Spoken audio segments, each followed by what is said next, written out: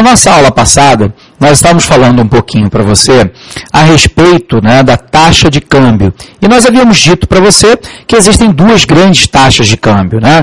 A primeira é a taxa de câmbio que nós chamamos de nominal, que na verdade é aquela relação, aquela equivalência, aquela paridade entre a moeda local, no nosso caso o real, e qualquer outra moeda, no caso nós demos o exemplo do dólar, e nós temos ainda uma outra taxa, que é a taxa de câmbio real, que na verdade vai mensurar para a gente, né, a relação entre os preços de um determinado bem ou serviço no mercado nacional em relação a um bem ou a um serviço que está sendo ofertado no mercado internacional. Nós havíamos dito para você que quando a moeda brasileira se deprecia em relação, né, ao dólar, ou seja, quando na verdade nós temos uma situação, né, em que a moeda brasileira, né, tem uma quantidade maior de moeda para comprar a mesma quantidade de dólar, nós sabemos então que há uma tendência muito forte de que o movimento de exportação seja maior do que de importação. No entanto, quando a moeda se aprecia, ou seja, quando na realidade eu tenho que dar uma quantidade menor de reais para comprar a mesma quantidade de dólar, nós temos uma tendência muito forte de que haja um prejuízo das exportações e de que haja um aumento das importações. Isso porque, né, a chamada taxa de câmbio real, na verdade, atua, né, mensurando dois produtos. E se assim é, se a moeda brasileira, né, se aprecia em relação, né, ao dólar, a tendência é de que o produto do mercado externo se torne relativamente mais barato do que a do mercado interno. E o contrário também ocorre. Quando a moeda local se deprecia em relação ao dólar, há uma tendência de que o produto local fique relativamente mais barato em comparação com o produto comprado no exterior. Resultado, a tendência é que haja uma demanda maior de produtos locais. Tá claro? Na nossa aula de hoje, nós vamos falar um pouquinho para você a respeito de paridade de poder de compra. Tranquilo? Vamos dar uma olhada para lá? Acompanha comigo. Então, na nossa aula de hoje, nós vamos falar, inclusive, né, a respeito, né, do índice Big Mac. E nós temos aqui o nosso responsável pelo estúdio, né, Vitor Hugo, que na verdade é um apaixonado pelo fast food e que não abandona de forma alguma as guloseimas do McDonald's. Resultado, a paridade do poder de compra, né, é a variação nas taxas de câmbio, tem diversas fontes. Observe que a teoria mais simples e mais aceita é a chamada da teoria da paridade no poder de compra. A teoria vai nos afirmar que uma unidade de moeda de um país qualquer, por gentileza, corrija a grafia aqui, né? Foi digitada incorreta. Qualquer. Então, vai nos dizer que uma unidade de moeda de um país qualquer compra a mesma quantidade de bens e serviço em todos os países. A teoria, portanto, é baseada na lei do preço único. Ora, nós sabemos, né, que a lei do preço único nos diz o seguinte: um bem ou serviço deve ser vendido pelo mesmo preço em qualquer lugar. Essa lei também se aplica ao mercado internacional e é, obviamente, uma noção de bom senso. Se a lei não fosse verdade, oportunidades de lucro não explorados existiriam, permitindo que os indivíduos conseguissem, sem risco, comprar o produto por um preço mais baixo em um país e vender por um preço mais alto em outro, fenômeno esse que nós chamamos de arbitragem. Mas, se assim é, nós nos recordamos que uma moeda tem que ter o mesmo poder, ela tem que ter o mesmo poder de compra, portanto, paridade equivalência em todos os países, e é a taxa de câmbio que assegura que esse poder de compra seja aproximadamente o mesmo em qualquer país. Portanto, a taxa de câmbio nominal entre duas moedas deve refletir a diferença nos níveis de preço entre esses dois países. Se assim ocorre, nós podemos fazer uma comparação para você. Vamos lá então. Inflação, oferta de moeda e taxa de câmbio nominal. Observe que nós vamos tomar como parâmetro lá o ano de 1921, que nós teremos então ele igual a 100.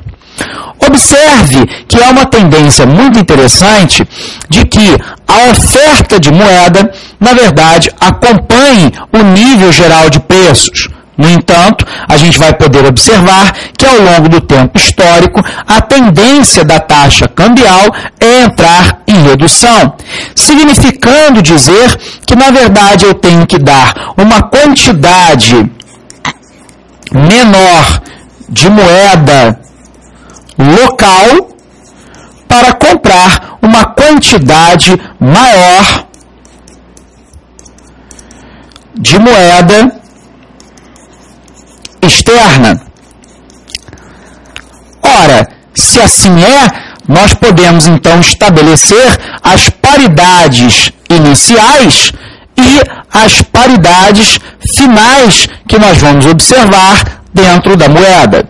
Ora, dois fatores podem fazer com que a taxa de câmbio nominal não equalize o poder de compra entre duas moedas.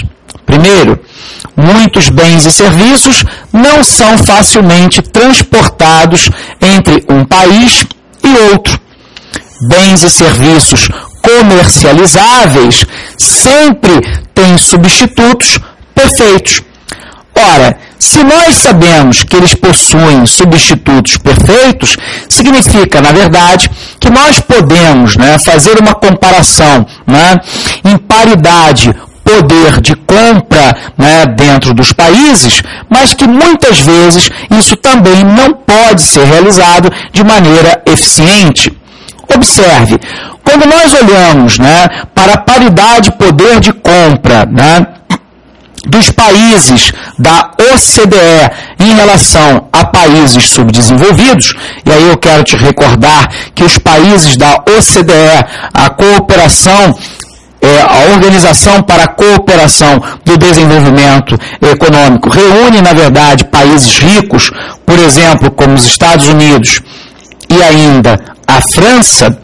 Na verdade, nós vamos ter salários mensais médios em termos de paridade de poder de compra, portanto, nós não estamos falando numa relação nominal de moedas, não é uma paridade nominal, mas é, na verdade, uma paridade de equivalência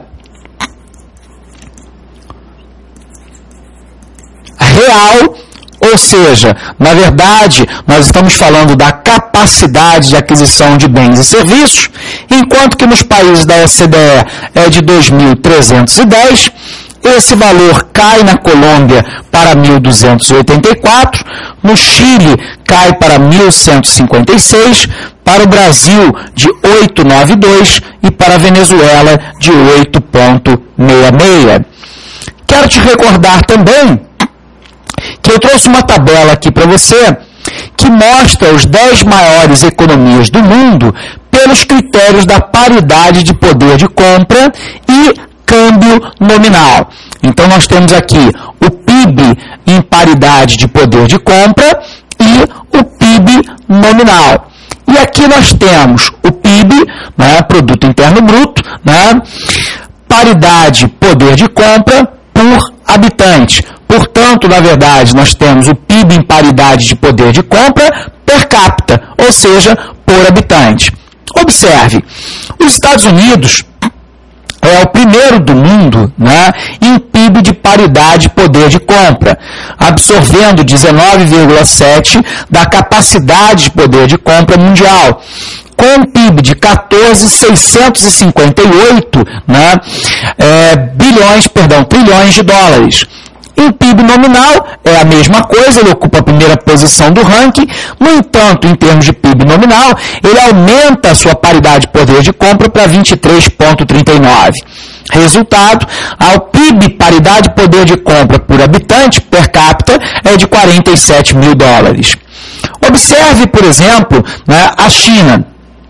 Nós vamos ter um PIB paridade de poder de compra igual a 10 trilhões.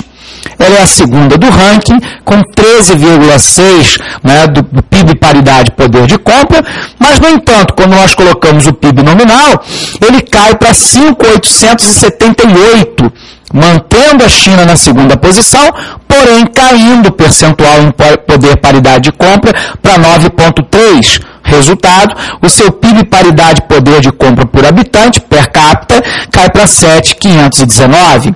Observe o Brasil, Nós saímos no nosso país, de um PIB paridade poder de compra, de 2 trilhões 172 bilhões de dólares, o que nos coloca na 8ª posição do mundo, com 2,9% do PIB paridade poder de compra mundial.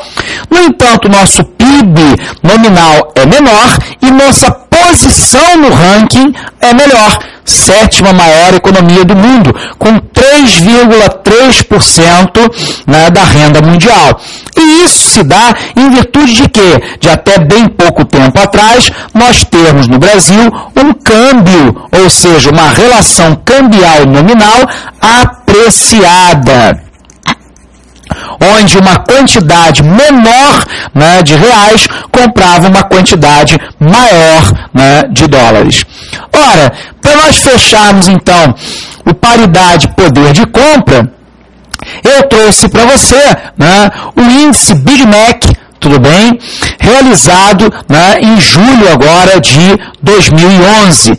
E aí você vai poder observar que enquanto nós temos aqui um poder de paridade de compra por pessoa, enquanto que, por exemplo, do Big Mac mais barato do mundo poderia ser encontrado na Índia por um preço de 1,89, ou ainda sendo encontrado, por exemplo, no Japão, com 2,27, na China com 2,27, vamos corrigir aqui.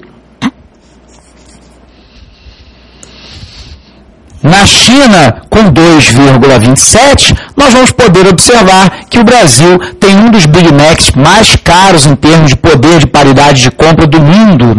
Nós temos um Big Mac calcado em 6,16, perdendo, por exemplo, para a Suíça e a Suécia, somente esses dois países têm, na verdade, um Big Mac mais caro que o nosso país. Portanto, nós temos uma situação aí muitíssimo interessante, de que poucos países do mundo têm um Big Mac mais caro que o Brasil a partir da paridade do poder de compra. E isso, então, nos dá uma noção exata, para a gente poder comparar os preços sob o ponto de vista internacional e local. Ok? Forte abraço para você e até a nossa próxima aula.